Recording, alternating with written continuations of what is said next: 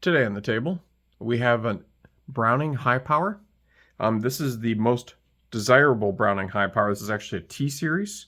So if you look through with collectors, the T-Series is most notably because it has a T here in the beginning of the serial number, which you can see there. And then also too, because on the inside of it, and we can do a quick safety check if you want to see, it also is not loaded if you want to look in there and see. But inside the grips, actually, they're red. So if I take out the magazine here, and I'll try to see if we can get a good angle. But you can see there's like a reddish, there we go. You can see they're painted red on the inside. Now, I actually don't know why they're painted red, but I do know why that they're more desirable. So there was a change from the extractor rod after World War II with the HiPowers.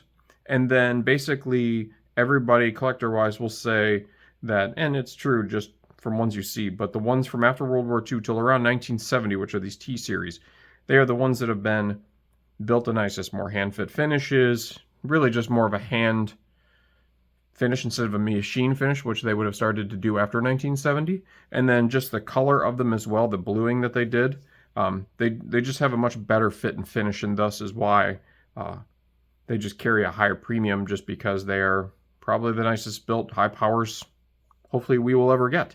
So that's why they drive up a bit of a premium, and they're just really nice looking.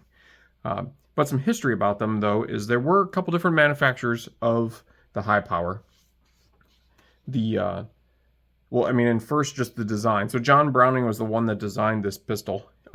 He worked on that design from like around 1914 to 1935.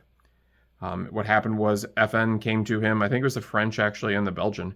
They needed a pistol. And obviously they can't use the Colt 1911 because that patent was then sold to the United States Army. So, Browning didn't have the patent anymore. He wasn't allowed to use it anymore. So, they were looking for a new pistol. So they came to Browning to ask him to design them a brand new pistol. And this is the pistol that he came up with. It came in a few different calibers and eventually was made by a couple different manufacturers. He actually passed away before the completion of it. So it began to be produced in 1935 and then basically is produced till present.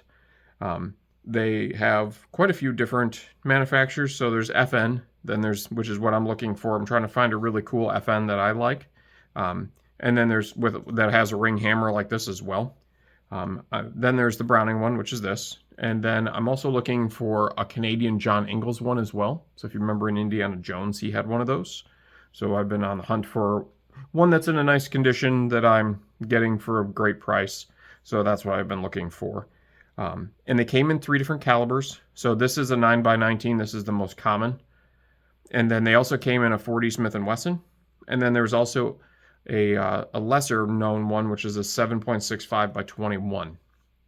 So those are the 3 calibers. But when you're looking, pretty much all of them will be 9mm. They hold 10 rounds or more, depending on which magazines you have for them and which one you have. And that was actually part of the design. So when they commissioned him to design a pistol, they did have some requirements. They said, 1, the gun must be compact, which this is basically the same size as the 1911. The barrel's, I think, just, 1/8 of an inch shorter. The magazine, again, had to have 10 or plus rounds, had 10 or more. The gun itself, the magazine actually had to detach compared to like if you look at, anything that was like a stripper clip fed, if you're looking at like a Mauser and such. And then, it had to be robust. It couldn't be a cheap made gun. It had to be, I guess, heavy enough. And then, and also simple to disassemble and reassemble, which this one is. It's basically comes apart just like a 1911 does. Actually, that part it doesn't, right? I mean, you pull the pin out and then you slide the rail off, as opposed to a 1911 where you have to push the pin in here at the end. And then the other thing too is it had to be capable of taking out a soldier, an enemy soldier from 65. Well, it was like 55 yards is what they would have said, or 50 meters away is what their requirements were. So those were the requirements that they gave Browning to develop this. But like I said, I'm looking for an FN, and I'm also looking for an Ingalls.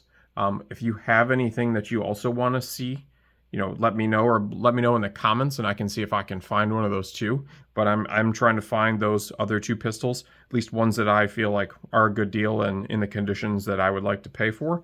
But yeah, it's super cool. I've shot this one many times. It's easy to clean. It shoots fantastic. The sights are a little different, compared to. I mean, it's not bad, but the sight wise, it's not bad, but it shoots fantastic. Just a little oil on it, and you have no issues with it whatsoever. But yeah, let me know if you have any questions.